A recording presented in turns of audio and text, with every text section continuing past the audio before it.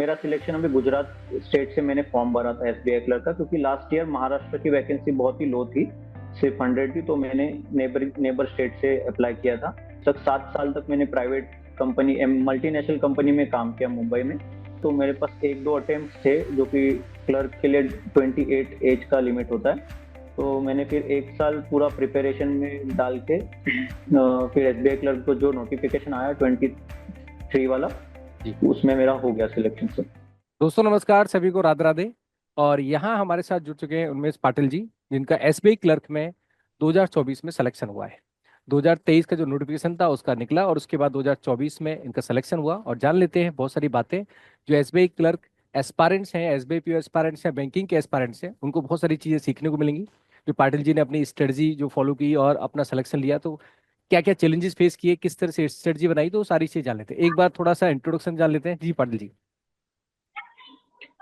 जी sir, मेरा मेरा नाम उन्मेष विश्वासराव पाटिल है और मैं बिलोंग करता हूँ महाराष्ट्र से, मुंबई से।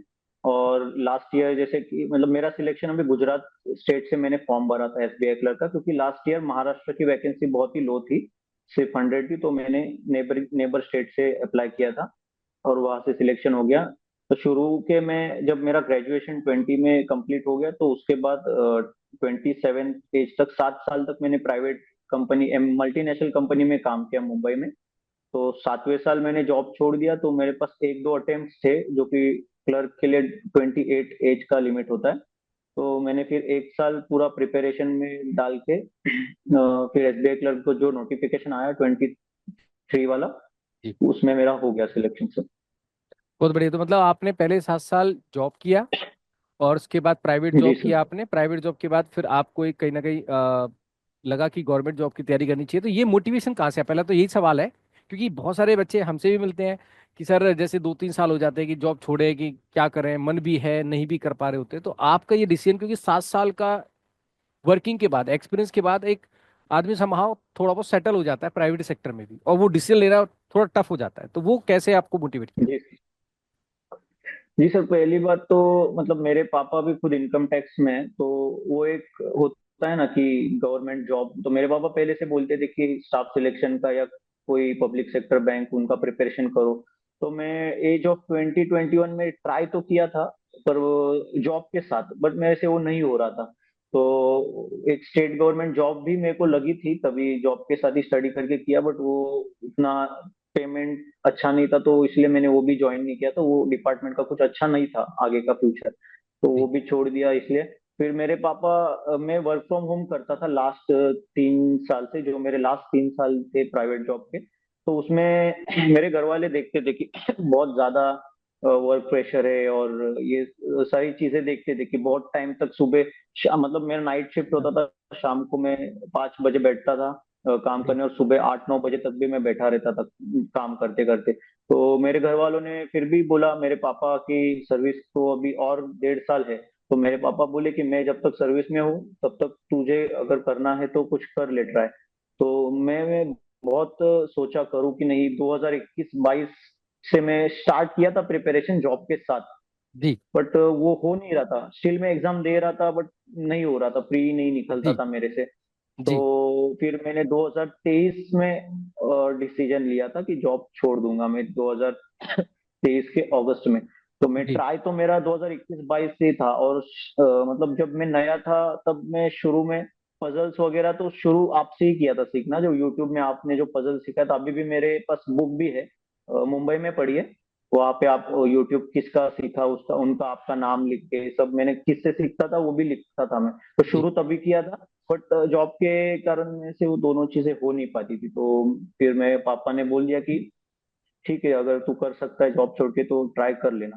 तो मैंने फिर किया जॉब छोड़ के, उसके उसके फिर पीछे ही पड़ गया कि नहीं अभी तो मुझे लेना ही है। तो मैंने बैंक और इंश्योरेंस, ये दोनों के सिलेबस सेम होते, तो इन्हीं का स्टडी करता था। तो फिर भी मैं बहुत ट्राई किया, और मैं जॉब छोड़ने के बाद भी मेरे प्री नहीं निकल रहे थे। मतलब मेरा फिर भी 1 मार्क से रहता था, हाफ मार्क से भी रहता था, आरआरबी में या प्री में ही रह जाता था। तो जी पर मेरी स्टडी ऐसी थी कि मैं मेंस लेवल तक की स्टडी करता था। मतलब मेरा बेसिक तो था ही अच्छा, बट मैं जी वो सोच के चलता था कि यार नहीं, मेंस का भी मैं देखता चलूं देखता चलूं। तो मैंने एसबीआई का ये मेरा पहला ही प्री निकला। बैंकिंग या इंश्योरेंस जो भी बोलो।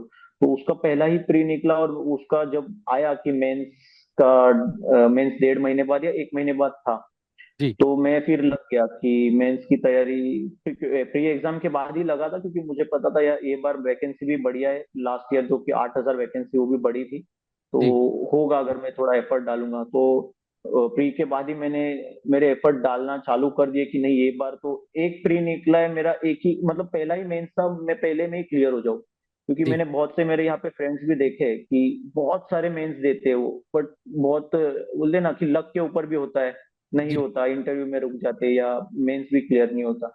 तो मैंने सोचा मुझे ज्यादा वो प्रोसेस में नहीं पढ़ना अब, बस एक मेंस दूंगा वही अच्छे से दूंगा।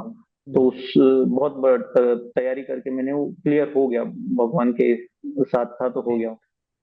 बहुत बढ़िया। और ये जो आपने कई सारी बातें बताई, तो यहाँ पे एक तो उनको भी ये जो सपोर्ट है, फैमिली का सपोर्ट, ये बहुत बड़ा सपोर्ट होता है, जैसे फादर ने सपोर्ट किया है। एक हम जब कर रहे जी होते हैं, सर। जब कंफ्यूजन में होते हैं और उस समय कोई हमारा टीचर या हमारा दोस्त या हमारा भाई बहन या पेरेंट्स में से कोई ये सपोर्ट करते हैं, नहीं यार कोई बात नहीं, हम आपके साथ पीछे खड़े हैं या साथ में खड़े हैं और आप करिए।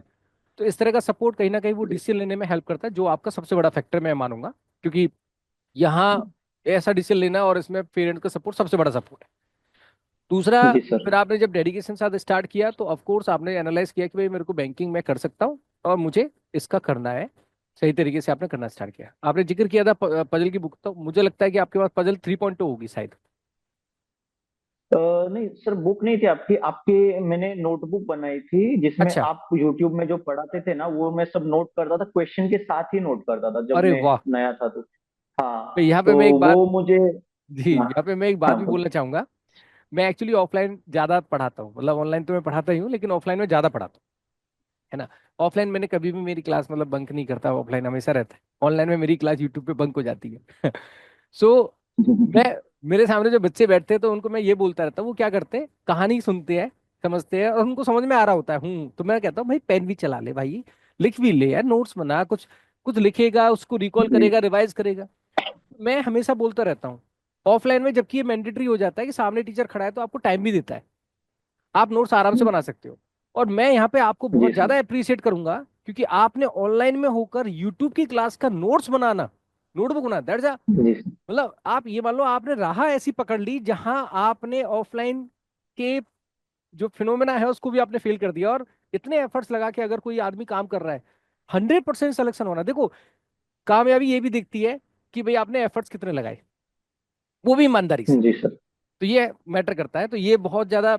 और जो अगर हमारे स्टूडेंट्स ऑफलाइन वाले भी ऐसे या ऑनलाइन वाले भी देख रहे हैं, तो भाई नोट्स बनाना, उससे नोट्स बनाने से क्या होगा कि आप उस पर्टिकुलर चीजों को बहुत ज्यादा समय तक दिमाग में रहता है और वो रिकॉल करने में हेल्पफुल होता है, रिवाइज करने में हेल्पफुल होता है। बहुत बढ़िया। अब यहाँ पे हम जानना जी चाहेंगे, सर। जैसे आपने प्रिपरेशन स्टार्ट किया था 2022-23 में स्टार्ट किया था आपने, लास्ट में छोड़ा, है ना। और एक बाइक। साल के अंदर समाओ आपका सिलेक्शन हो गया। आपका मैसेज मेरे पास आ रखा था सितंबर में, आपने मैसेज किया था जी कि ऐसे सर। ऐसे सिलेक्शन हो गया। उस समय हम कनेक्ट नहीं कर पाए थे, लेकिन हम, मेरा रिप्लाई हुआ था कि कांग्रेस एंड ऑल। अभी फिर हाँ। आपने जब एक यस। एग्जाम के बारे में, सुप्रीम कोर्ट के बारे में आपने कुछ बताया कि डॉक्यूमेंटेशन के बारे में, तो देन आई थॉट आज मैंने कुछ और भी इंटरव्यू किए है, तो मैं आज जो डे है मेरा वो इंटरव्यूज में है बेसिकली, कि आज मेरे एसएससी के जी भी कुछ सर। स्टूडेंट्स निकले हैं, एग्जाम क्लियर हुआ है, तो मैंने सोचा कि अरे वाह। उनके साथ डिस्कशन किया जाए। और सबसे पहली पहली बारी मुलाकात हो रही है, ऑनलाइन वाले स्टूडेंट है, जैसे आपसे भी पहली बार मुलाकात हुई, बातचीत भी पहली बार हुई है वो बोली। सो अब इसमें मैं ये जानना चाहूंगा, जैसे हमने छोटा छोटा सा, आप ये बताना कि सब्जेक्ट वाइज क्वांट में आपने कैसे किया, क्वांट में किस तरह से पकड़ बनाई। जी सर। मतलब मैं प्री और मेंस ऐसा अलग बताऊं या जो आपने दोनों भी किया, जो। जो आपने किया। जी सर, क्वांट के लिए तो एक कांस्टेंट गाइड करके एक चैनल है जी यूट्यूब में, विजय सर का है। विजय सर तो जी मैं। हाँ विजय सर, तो मैं कैसे सच बताऊं तो शुरू शुरू में तो उनके वीडियोस देख के मुझे एक वो भी मोटिवेशन आता था, क्योंकि वो गाइड करते थे कि ये जॉब अच्छी होती है वगैरह वगैरह, वो खुद राइट। एसबीआई पीओ थे। तो जी वो देख के तो मैं और मोटिवेशन, और वो अच्छे गाइड बहुत अच्छे से करते थे, तो है ना, उनका मैं यूट्यूब में भी देखता था फ्री वीडियोस। और क्वांट का उनका मैंने कोर्स भी लेके रखा था, विजेता बैच। तो वो कोर्स से मैं जो डेली बेसिस पे उनका मतलब सीख लिया तो उसका उस दिन अगर मैं एक टॉपिक है क्वांट का कोई, तो वो 2 दिन में सीख लेता था। 2 दिन मतलब वो वीडियो, 2-3 अगर वीडियो होंगे उस सब टॉपिक के, तो 2-3 दिन वो सीख लूंगा। फिर उसको आगे के 4 दिन 5 दिन रोज प्रैक्टिस करूंगा जी वो पर्टिकुलर टॉपिक के। अगर हम वो प्रैक्टिस नहीं करेंगे ना तो हम भूल जाते हैं वो। तो बिल्कुल। वो ऐसा प्रैक्टिस करके फिर बाद में अगेन नेक्स्ट जो भी संडे आएगा उस दिन वापस मैं लेके बैठूंगा कि हाँ मैंने लास्ट 1-2 वीक में कौन से टॉपिक्स को मैंने पकड़ा था, कॉन्ट्स के 2-3 जो टॉपिक्स है, तो वापस जी वो संडे के दिन भी लेता था रिवाइज करना। तो मेरे बहुत टाइम तक वो रहता था दिमाग में। और मॉक्स मॉक्स तो हमेशा हेल्पफुल ही थे मुझे। जी। तो कॉन्ट्स का ऐसे किया था मैंने। और कौशिक इंग्लिश का? मोंटी सर है, उनके अच्छा, कौशिक मोंती सर, वीडियोस जी। देखता था। हाँ, उनके भी मैं वीडियोस देखता था। जी और अगर मैं कॉन्ट्स का मेंस का बताऊँ तो वो तो मतलब कैसे बेसिक तो मेरा क्लियर हो ही गया था। फिर बाद में मैं मेंस मेंस में तो किस सच बताऊँ तो है ना, मैं प्री के बाद पूरा मतलब मेरा नाइट का शेड्यूल होता था। 6:30 7 बजे से बैठ के सुबह 5 बजे तक हर एक सब्जेक्ट को मैं लेके रखा था कि हाँ ये 2 घंटा ये पढ़ना है, 3 घंटा ये पढ़ना है। और ज्यादा करके यूट्यूब से भी मैं सच बताऊं ना, पेड तो मेरा एक ही कोर्स था वो कॉन्ट्स का। But hmm. यूट्यूब से मेरी बहुत हेल्प हुई है। यूट्यूब पे इतने सारे टीचर्स इतना अच्छा कंटेंट देते हैं ना मेंस का। बिल्कुल। क्योंकि लोग लोग एक्चुअली कंफ्यूज होता है, जो होता है हो जाते हैं कि ये पढूं क्या इनसे पढूं। बट एक ही टीचर पकड़ो या फिर 1-2 टीचर, अगर यूट्यूब में भी मेंस का बहुत क्वालिटी कंटेंट था तो उससे भी मेरी राइट। बहुत हेल्प हुई प्रैक्टिस करने के लिए चीजें। इंग्लिश का सच बताऊं सर, मैं इंग्लिश में सच में मैं ज्यादा फोकस नहीं किया था। तो हम्म। मुझे लगता था मेरे ठीक है इंग्लिश। तो मैं इंग्लिश का ये यूट्यूब से ही वीडियोस देखता था। किसी का भी वीडियो देखता था, ऐसा कोई ये नहीं था एक। तो किसी भी ट्यूटर का मैं इंग्लिश का देखता था कि एसबीआई क्लर्क मेंस या एसबीआई क्लर्क प्री। तो जी बहुत सारे वीडियोस आते थे। जी। तो वो देख देख के मैं प्रैक्टिस करता था। बट इंग्लिश में मैं उतना ज्यादा ये नहीं किया था। मेरा मेंस में भी अच्छे मतलब ठीक लेवल की तो इंग्लिश आपका आई थी, मुझे वन ऑफ उतने द टफ नहीं थे मेरे one of the question. Strong subject था आपका। जी हाँ। सर, अच्छा था वो। जी। और जीए के लिए? और हाँ, जीए के लिए मैं सच बताऊं ना सर, मैंने जीए के लिए देखो मार्च में मेरी एग्जाम थी मेंस की। मेंस फर्स्ट वीक जी। में कुछ थी। तो हाँ। मैंने जीए सेप का बहुत अच्छे से पढ़ा था, जैन का भी बहुत अच्छे से पढ़ा था, नवंबर भी पढ़ा था। बट मैंने ना दिसंबर स्किप किया था। मतलब मैं ये 3 मंथ बहुत अच्छे से किए थे, वो भी मैं पीडीएफ से करता था। पीडीएफ से पढ़ता था, अफेयर क्लाउड वगैरह पीडीएफ आते थे उनसे जी पढ़ता था। और कुछ वीडियोस देखता था, वीडियोस से बहुत अच्छे से रिकॉल होता है। अभी मैंने एक रिसेंटली एग्जाम दिया है ना एससीएल का भी मेंस, तो जी। उसमें मुझे वीडियोस से भी बहुत हेल्प हुई है। तो उस टाइम पे मैं ज्यादा वीडियोस नहीं देखता था, बट पीडीएफ से मुझे हेल्प तो हुई। बट प्रॉब्लम क्या हुआ कि मैं सच बताऊं ना, मैं जनरल अवेयरनेस के लिए एक ही सबको बताऊंगा कि लास्ट के 4 महीने तो बहुत स्ट्रांगली करना पड़ेगा। क्योंकि राइट। उसमें से एक भी हमें ना कोई स्किप करेंगे ना वही होता है। और मेरे एग्जाम में मुझे ऐसे ही हुआ। मेरे बाकी सब्जेक्ट स्ट्रांग थे तो मुझे इतना डिफिकल्टी नहीं आई। But hmm. जीके में मैंने जनवरी फेब नवंबर स्ट्रांगली किया था। और 80% ऑफ क्वेश्चंस दिसंबर से आए थे। जी। तो जो मैंने स्किप किया था ना उससे ज्यादा हाँ, क्वेश्चन तो आए थे। इसलिए मतलब तो 4-5 महीने हाँ, तो कंपलसरी है, पता नहीं कब कहाँ से किस कितना पूछ ले। कंपल्सरी। यस सर, वो जीके का कोई बोल नहीं सकते कहाँ से आ सकता है। बिल्कुल। चार अब पांच ये महीने पिछले कंटिन्यूस करने ही। अब ये अब बात आ गई रीजनिंग की। जी रीजनिंग की सर, ये अभी के पहले शुरू तो मैंने पजल्स वगैरह मेन टॉपिक था पजल, तो मैंने आपसे किया था, मेरा बेसिक क्लियर किया था। और सच जी बताओ वो क्लियर होने के बाद से ना मुझे कभी भी कोई प्रॉब्लम ही नहीं आई कि पजल में तो एटलीस्ट कभी कोई प्रॉब्लम नहीं है। फिर मैंने जी। समझ गया चीजें कैसे होती है, क्योंकि आपके वीडियोस देख के मैंने वो मंथ वाइज या कोई कैसे करते 2-3 अगर अलग अलग ये भी आते हैं कि कौन सा फिर लेके करना है, सिटी को लेके करना है राइट ये। राइट। तो वो पजल्स बनाना मैं बहुत अच्छे से सीख गया था। तो मुझे आगे जाके मैंने पजल्स की उतने प्रैक्टिस नहीं की, सिर्फ मॉक मॉक देके ही करता गया। अच्छा, इसमें और एक मैं थोड़ा अगर सा पूछना चाहूँ, बहुत सारे लोग मल्टीपल जी बेसिस से करते हैं, मैं जनरली हर पजल को सिंगल बेस से पढ़ाता हूँ। शुरुआत में बच्चों को जी थोड़ा सा ऐसा लगता है कि बड़ा एफर्ट्स लगाने पड़ेंगे। तो आपको सिंगल बेस में पजल, सिंगल बेस ही मैंने पढ़ाया हमेशा, तो उससे आपको पजल में हाँ कितना हेल्प मिला, मतलब सिंगल बेस अप्रोच से? जी सर, उसी से मुझे ज्यादा हेल्प तो उसी से हुआ। हम्म। और ऐसा कुछ सच बताऊं ना तो हम लोग को बस प्रैक्टिस करते रहेंगे ना तो एसबीआई क्लर्क में उतना ज्यादा भी डिफिकल्ट नहीं, ये हो जाएगा अगर लोग प्रैक्टिस करेंगे। और सिंगल बेस से सर मुझे ज्यादा फायदा हुआ। जो जी आप बोल रहे हो उस बेस से हुआ ज्यादा फायदा।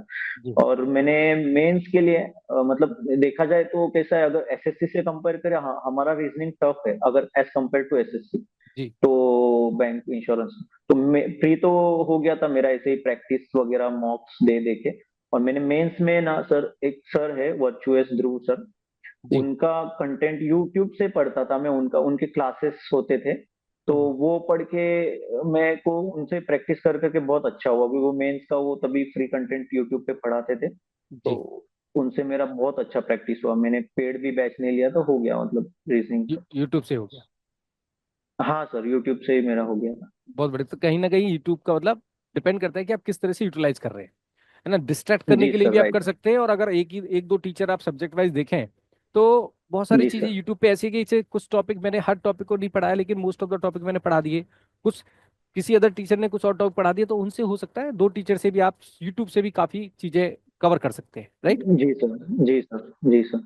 जी, फैमिली का सपोर्ट तो आपने बता ही दिया कि फैमिली का पूरा पूरा सपोर्ट है इसमें। सबसे पहली जो मैं कहूंगा कि आपकी जो सफलता है वो आपके पेरेंट्स का इसमें सबसे बड़ा रोल है, क्योंकि उन्होंने क्या किया, आप ठीक है बहुत। अब आप करिए और डिसीजन लीजिए, आगे बढ़िए।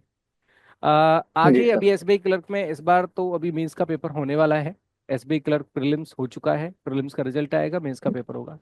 तो आप क्या मैसेज देना चाहेंगे मेंस एस्पायरेंट्स को या आगे बैंकिंग एस्पायरेंट्स को?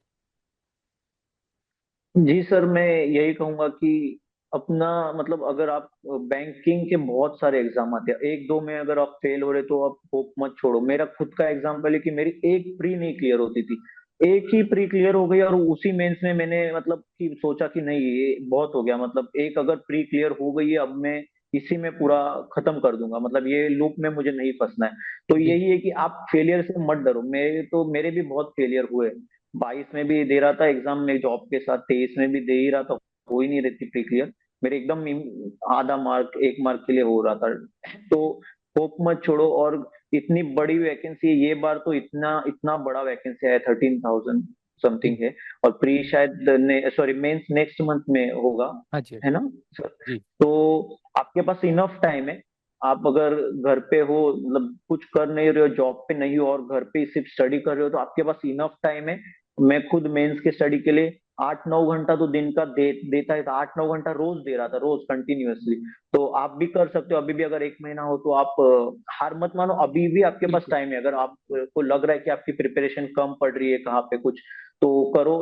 जीके के लिए पीडीएफ के साथ वीडियो सोर्स बहुत मैटर करेगा, क्योंकि वो वीडियो से बहुत अच्छे से तब रिकॉल हो फ्री जाता है कंटेंट भी काफी है हमें। मार्केट में जिसको आप सही से यूटिलाइज करें। जी जैसे सर। आपको मैं एग्जांपल दूं, कल ही मैंने अपनी एक, मेरी ऐप भी है राधिक रीजनिंग, तो मैंने अपनी ऐप पे, जी राधिक सर। रीजनिंग ऐप पे 50 क्रिटिकल रीजनिंग के क्वेश्चंस का मैंने कैप्सूल बनाया है, जो कि स्पेशली एसबीआई अरे क्लर्क वाह। और एसबीआई पीओ मेंस के लिए बनाया है। सो फ्री जी कंटेंट सर। अगर आप थोड़ा सा एक्टिवली देखें तो फ्री कंटेंट भी अवेलेबल है, बस हमें थोड़ा देखना पड़ता है कि जी किस सर। तरह से उसको यूटिलाइज करें। तो मैंने कल ही क्रिटिकल रीजनिंग, जो कि बहुत ऑफ कोर्स उसके लिए प्रैक्टिस के लिए बड़े रेयर क्वेश्चन मिलते हैं, सो मैंने कहा कि चलो ठीक बहुत। है। तो ऐसे करके यूट्यूब के माध्यम से बहुत सारी वीडियोस हैं, पीडीएफ हैं, बट आपको ये देखना पड़ेगा कंटेंट कौन सा अच्छा है, इतना थोड़ा देख कर फिर उसको जी लगना सर, पड़ेगा। राइट। जी जी सर।